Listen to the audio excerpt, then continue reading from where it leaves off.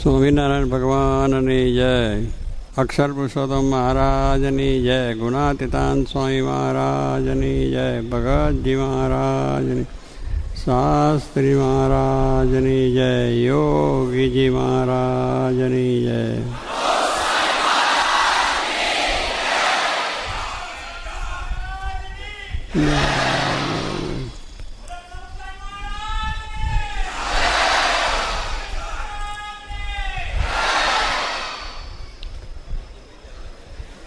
આજના યુવકોના સંવાદમાં કે ભગવાનના આપણે રાજ્યપોને એમની પ્રસન્નતા મેળવવા માટે આપણા જીવનમાં કેવું મુશ્કેલીઓ આવે છે, કેવા પ્રશ્નો આવે છે, એ આપણે જોયા. દાદા ખાતરની વાત એમાં મુખ્ય આવી. ઘણા બધા આપણે જોઈએ છે કે સમાજમાં પણ એવા આવે છે, રાષ્ટ્રમાં પણ આવે છે. પણ જે ખરેખર ભક્ત છે, એમનો મકને સાહેબે જેમ કહ્યું કે સત્સંગ છે એ જો જીવમાં થાય તો ગમે એવા પ્રશ્નો, ગમે તેવી વાતો હોય તો એનું નિરાકરણ થઈ જાય છે અને આપણે એની અંદર શાંતિ મેળવી શકીએ છીએ. તો આ રીતે અત્યારે દાદા ખાતરનો જેમ આખો સંવાદની અંદર મુખ્ય ભાગ છે કે ભગવાનની માળાના મણકા એ થવું બહુ કઠિન છે. કારણ કે આપણે બીજા બધે જ કરી શકીએ છીએ, પણ ભગવાને આપેલો માર્ગ અને એ માર્ગ ઉપર ચાલવા અને એમની જ્યારે કસોટીઓ આવે, કસોટી આપણી લેવાય છે, ત્યારે પણ આપણે અડીખમ કે એમાંથી રંચ માત્ર આપણું મન ડગે નહીં, તો આપણને એ માળાનો મણકામાં આપણો મેળ પડી જાય છે. સુખ દુઃખ આવે સર્વ ભેળું, તેમાં રાખજો સ્થિરમતી, જાળવીશ મારા જનને અતિશય જતન કરી. સુખ દુઃખ છે, સંસાર છે, સંસારમાં સુખ આવે ને દુઃખ આવે. કરોડપતિ રોડપતિ થાય, રોડપતિ કરોડપતિ થાય, ઉથલ પાથલ તો છે જ, અપડાઉન જેને કહીએ થયા જ કરે છે, વ્યવહારિક સંસારી પ્રશ્નો.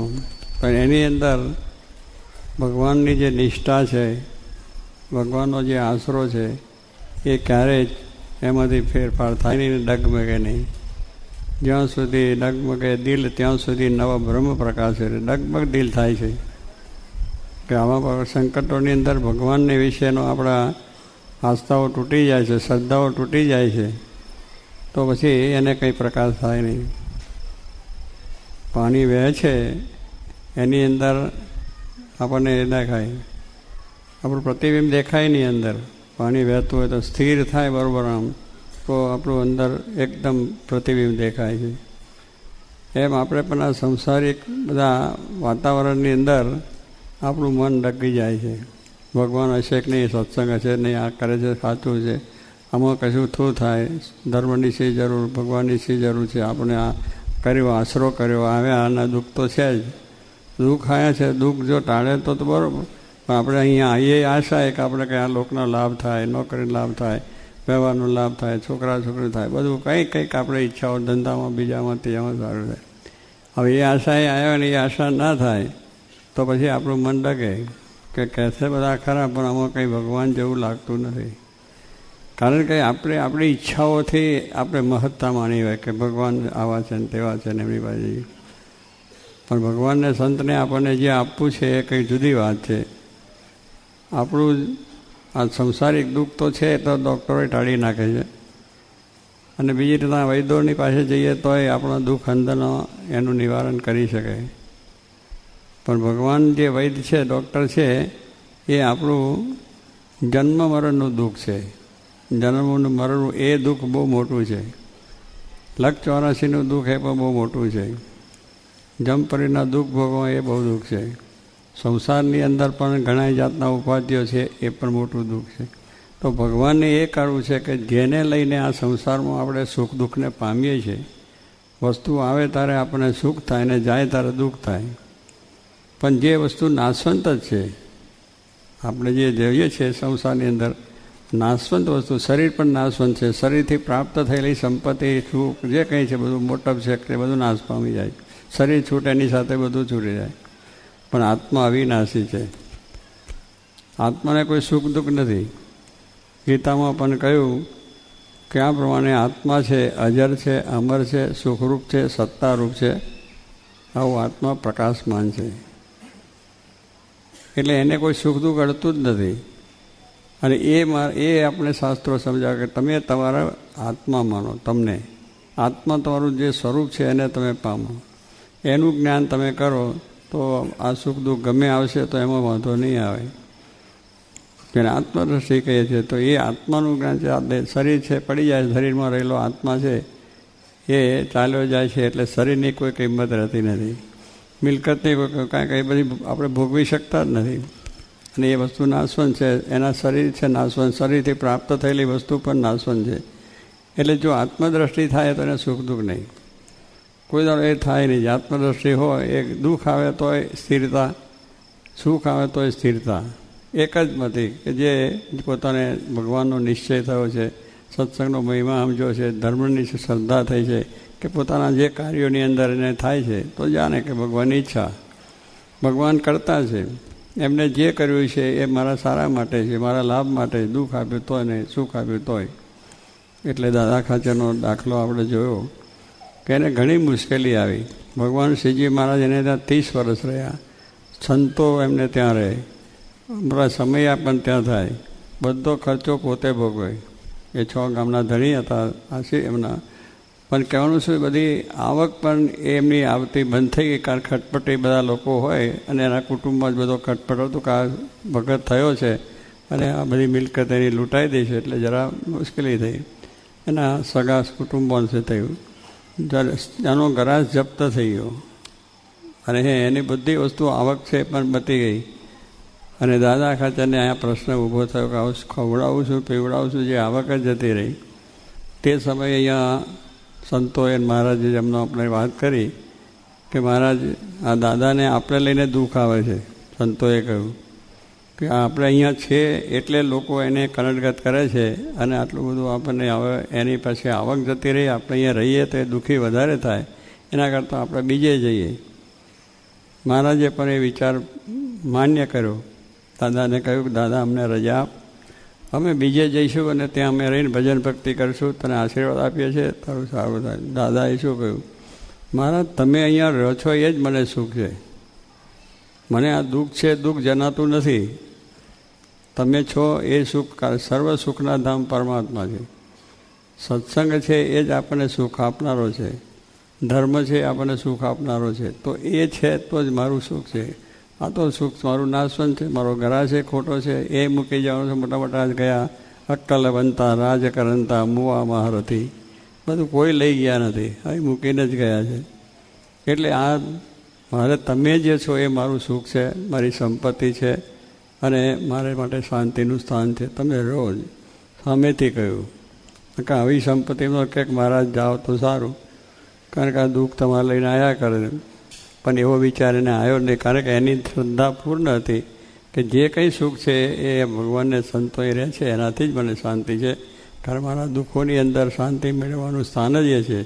તો એ રીતે એને વિનંતી કરી તો ભગવાન રાજી થઈ ગયા અને કહ્યું કે માળાના મણકા નહીં પણ માળાના મેરું બની ગયો દાદો ખાચર. આવી આટલી બધી મુશ્કેલીઓની અંદર પણ એની જે નિષ્ઠા અને સમજણ કે એનું મન કંઈ ડગમગ થયું નહીં, ત્યારે ભગવાન રાજી થયા. મોટા મોટા આગળ બધા રાજાઓ થયા. હરિશ્ચંદ્ર છે એને આખું બધો રાજ જતું રહ્યું, ભિખારી થઈ અને સ્વપચને ત્યાં વેચાના. આપણે બધા એ આખ્યાનો જાણીએ છીએ. અને છતાં બધું એવું કામ કરવું પડ્યું. પછી એના ભગવાને દર્શન દીધા. મેં રાજાને કસોટી કરી કે પોતો મારો ભક્ત થયો છે તો તું સાચો ભક્ત છે કે તને જરા દુનિયાની મોટપ માટેનો ભક્ત છે. એને વાત કરી તો કહેવાનું કે સ્વપચને ઘેર વેચાઈ ગયા ભગવાનને માટે, ભગવાન એક સત્યને માટે. સત્ય છે એ સાચી વાત છે. સત્યને પ્રમાણે ચાલ્યા, તેનું રાજપાટ બધું થયું, ખાવાનું પણ મળ્યું નહીં કંઈ. એ પરિસ્થિતિમાં પણ એને એક આશરો ભગવાનનો રાખ્યો છે. એવા ઘણા મોટા રાજા અને ભક્તો બધા થયા. મીરા છે એને પણ એના પતિએ રાણાએ એને તારો ભગવાન સાચો ઝેર પીતો, ઝેર પીધું, ભગવાને રક્ષા કરીને કહ્યું. પણ તે વખતે એ ડગબગ ના થઈ ગઈ મીરા કે હવે ઝેર પીવું પડશે અને આ શરીર પડી જશે મરી જશું, શું થશે? મરવાનું છે જ એક વખત, ગમે ત્યારે પણ એ છે. પણ જે આ વાત હોય સાચી મળી છે એની અંદર પાછો પગ ન પડે એને આ આખ્યાનો દૃઢતાની વિશ્વાસો છે.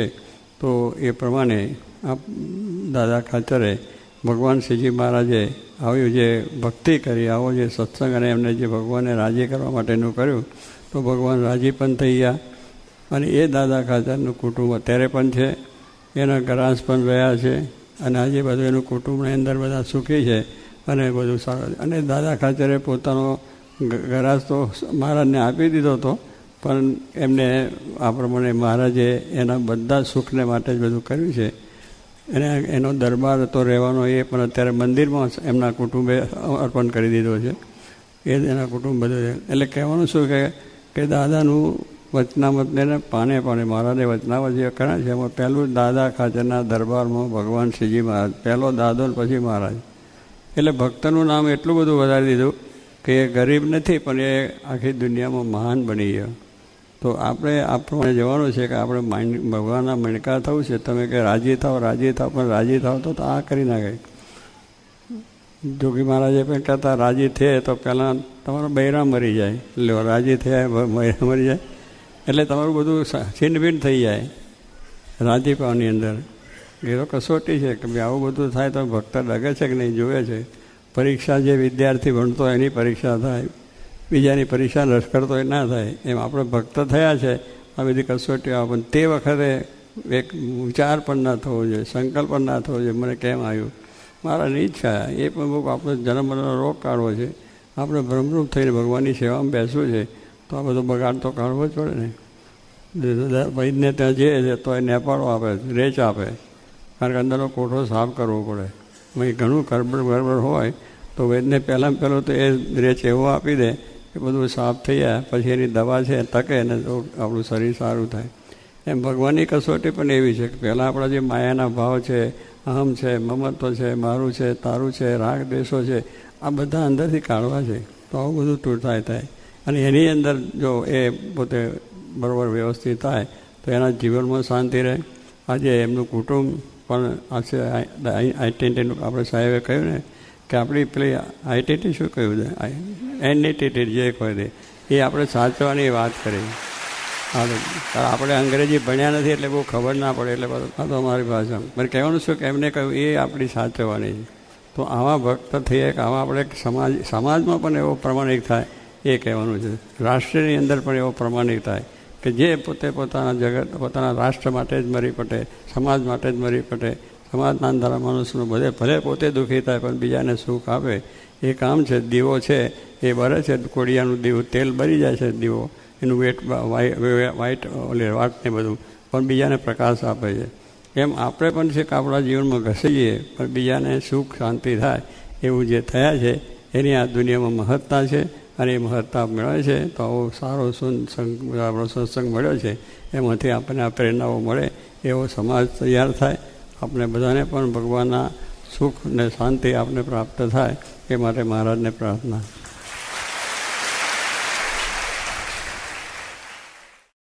સ્વામિનારાયણ સ્વામીએ વાત કરી જે કોટી સાધન કરે પણ આમ વાતું કરવી અને સાંભળવી તેની બરોબર થાય નહીં, અને બીજાથી તો આટલી પ્રવૃત્તિમાં વાતું થાય નહીં. સ્વામિનારાયણ હરે સ્વામીએ વાત કરી જે ભગવાને જે નિર્મ્યું છે તે તેમ જ થાય છે. તે ભગવાને નિર્મ્યા પ્રમાણે કંચનને સ્ત્રીમાં સૌ વધુ તણાય છે, ને મનુષ્યને મૈથુનનો નિયમ નથી, ને પશુ પક્ષીને છે. એ આદિક અનેક કળ ચડાવી મૂકી છે તે તેમ જ થાય છે. સ્વામિનારાયણ હરે સ્વામીએ વાત કરી જે કોઈ વાતની ચિંતા આવે તો ભગવાનને માથે નાખી દેવી, ને આપણે તો બળિયા નહીં અને એ તો બળિયા, તે એને રક્ષા કરતા આવડે. જેમ પ્રહલાદજીની રક્ષા કરી તેમ અનેક પ્રકારે રક્ષા કરે. સ્વામિનારાયણ હરે સ્વામીએ વાત કરી જે ભગવાન મળવા કઠણ છે તેમજ આ સાધુ મળવા કઠણ છે, તેમ વિષય મૂકવા પણ કઠણ છે. સ્વામિનારાયણ હરે સ્વામીએ વાત કરી જે પ્રગટ ભગવાનનો સંબંધ થયાથી ને નિર્દોષ સમજ્યાથી મોક્ષ થઈ રહ્યો છે, ને દોષ રહ્યા તે ટાળવાનો અભ્યાસ કરે તો ટળે, નહીં તો દેહ રહે ત્યાં સુધી દુઃખી રહે, ને દેહ મૂકીને ભગવાનનો નિશ્ચય છે તો ભગવાનના ધામને પામે છે.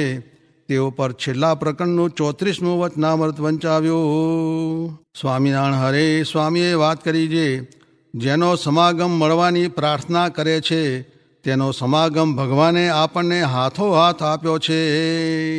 સ્વામિનારાયણ હરે સ્વામીએ વાત કરી છે, સત્સંગ, એકાંતિકપણું ને ભગવાનની મૂર્તિ એ 3 વાના દુર્લભ છે. તે આપણને મળ્યા છે, માટે ગરીબ થઈને બીજાને માન આપીને સાચવી રાખવા. સ્વામિનારાયણ હરે સ્વામીએ વાત કરી છે, ગ્રહસ્થાશ્રમમાં રહીને કથા વાર્તા કરે છે ને સાંભળે છે તેના તો ત્રિવિધ તાપ ટળી ગયા છે, ને તપ સર્વે થઈ રહ્યા છે, ને ભગવાનના શરણને પામી રહ્યો છે. ગ્રહસ્થાશ્રમમાં બહુ કામ ને બહુ વિઘ્ન, માટે તેને અધિક કયો છે. ને ગ્રહસ્થાશ્રમીને ભગવાનની મૂર્તિને ધરી રહ્યા એવા સાધુનો આશરો છે. તે તો ઘરમાં બેઠા સર્વતીર્થને સેવી રહ્યો છે. સ્વામિનારાયણ હરે સ્વામીએ વાત કરી છે, આજ્ઞાને ઉપાસના 2 રાખજો. વૈરાગ્યને આત્મનિષ્ઠા તો કોઈકને ઝાઝી હશે ને કોઈકને થોડી હશે. સ્વામિનારાયણ હરે સ્વામીએ વાત કરી છે, દીવ ગામનો વાણિયો સંઘ કાઢીને દ્વારકાની જાત્રા કરવા જતો હતો. તેને લોજપુરમાં શ્રી રામાનંદ સ્વામી મળ્યા. તેને ચમત્કાર દેખાડ્યો. તેણે કરીને તેમને ભગવાનપણાનો રામાનંદ સ્વામીને વિશે નિશ્ચય થયો.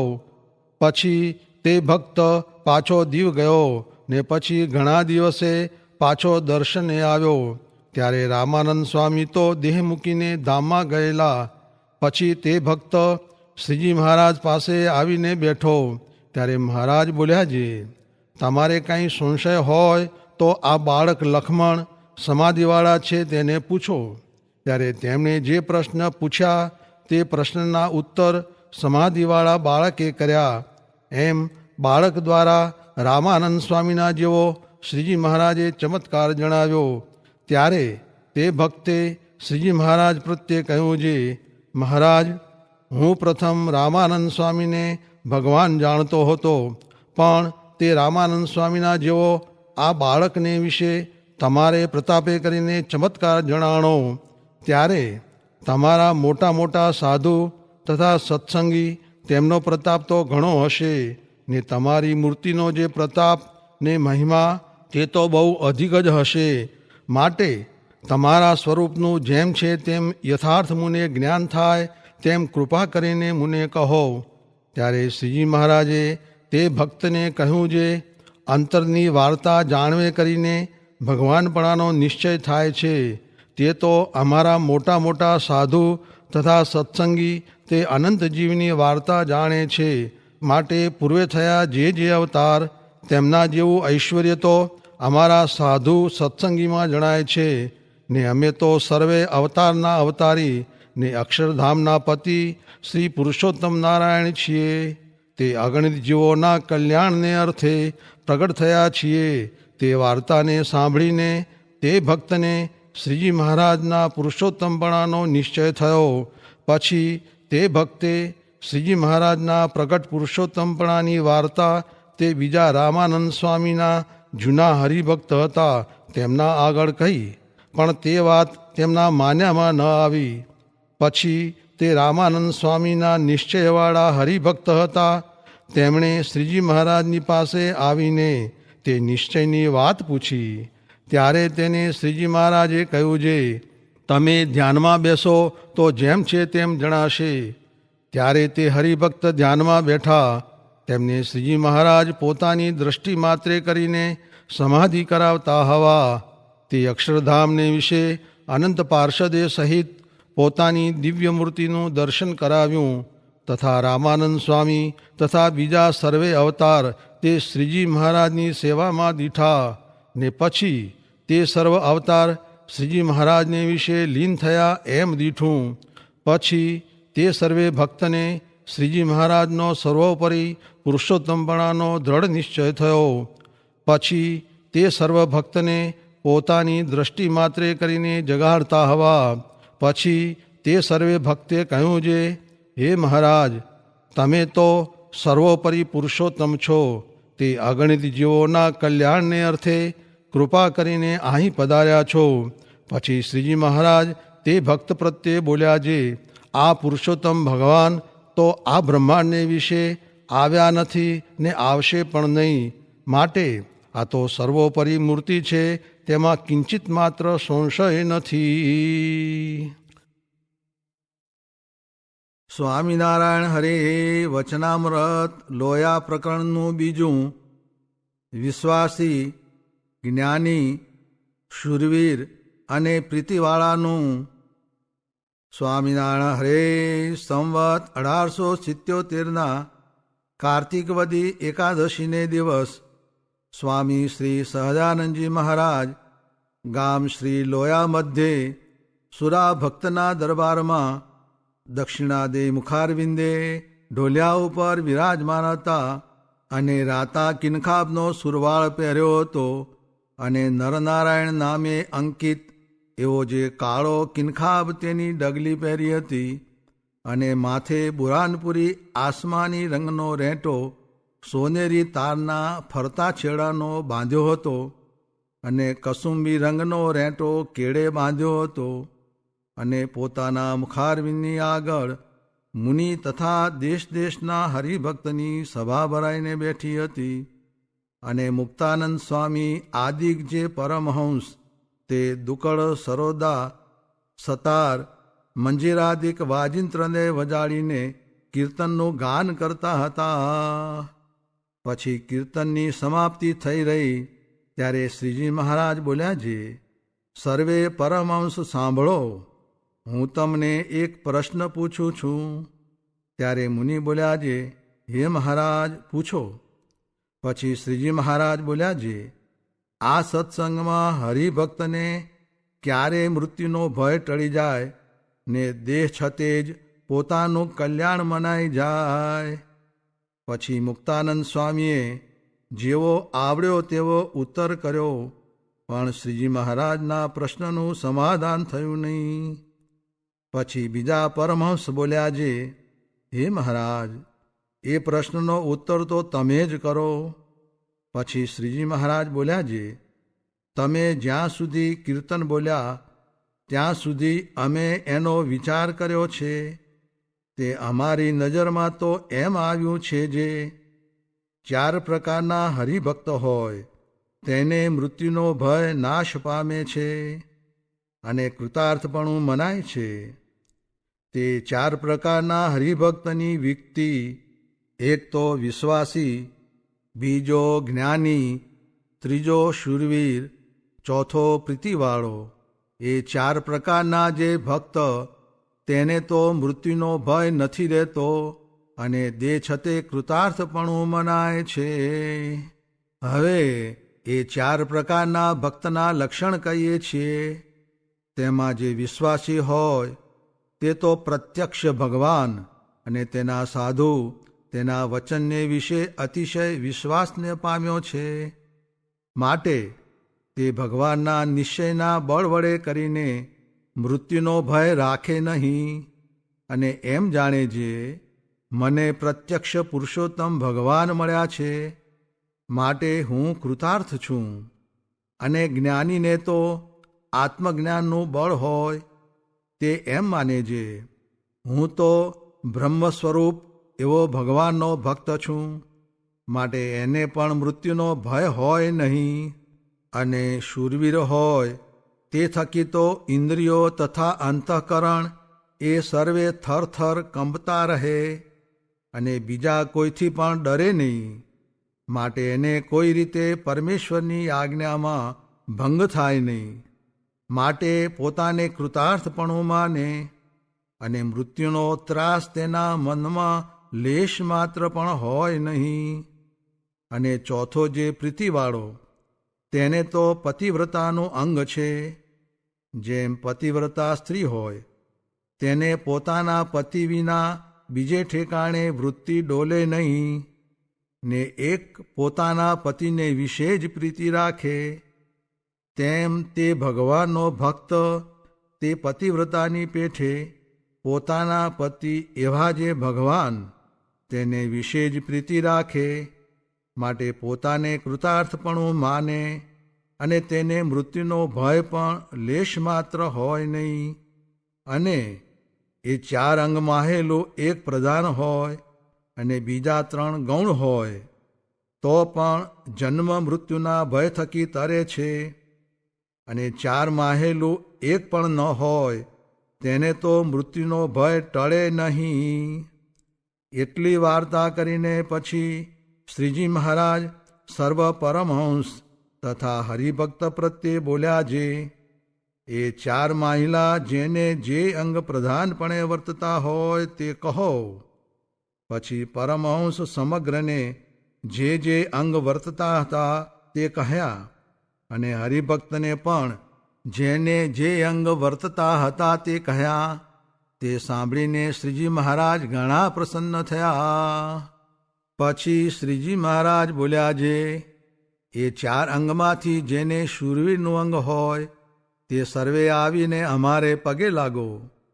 પછી જેને શૂરવીરના અંગ વર્તતા હતા તે સર્વે શ્રીજી મહારાજના ચરણારવિંદને છાતીમાં લઈને પગે લાગ્યા.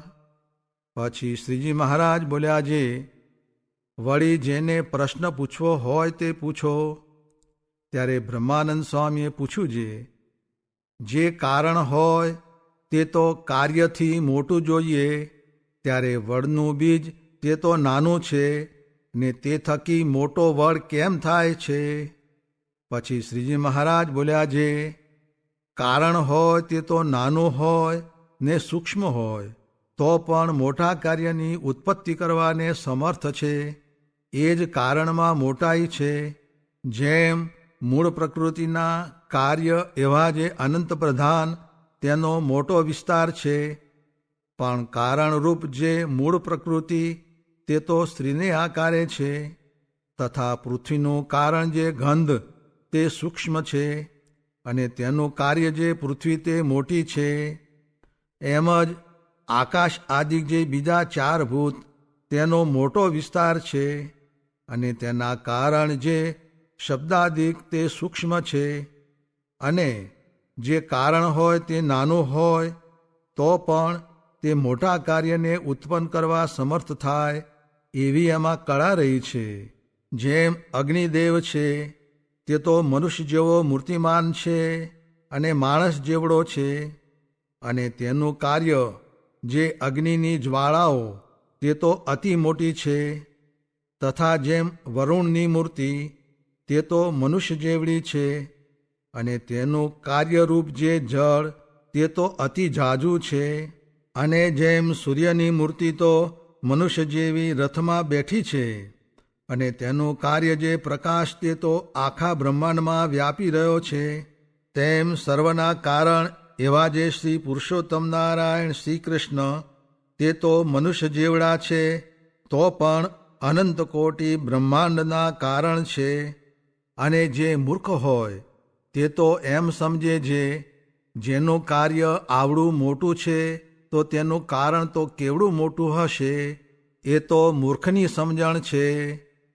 અને સર્વના કારણરૂપ એવા ભગવાન તે મનુષ્ય જેવા છે, તો પણ પોતાના અંગમાંથી યોગ કળાએ કરીને અનંત કોટી બ્રહ્માંડને ઉત્પન્ન કરવાને સમર્થ છે, ને પાછા પોતાને વિશે લય કરવાને સમર્થ છે. જેમ અગ્નિ, વરુણ, સૂર્ય તે પોતાના કાર્યરૂપે મોટા જણાય છે, ને વળી કાર્યને પોતામાં લીન કરીને એક પોતે જ રહે છે, તેમ ભગવાનના એક એક રોમમાં અનંત કોટી બ્રહ્માંડ અણુની પેઠે રહ્યા છે. તે અષ્ટાવરણ ને 14 લોક સુધા રહ્યા છે. એવી રીતે કારણમાં અલૌકિકપણું છે ને મોટાઈપણું છે. તેને સમજવું હોય તે જાણે જે ભગવાન મનુષ્ય જેવા જણાય તો પણ એ ભગવાન સર્વના કારણ છે અને સર્વના કર્તા છે ને સમર્થ છે. એમ કહીને શ્રી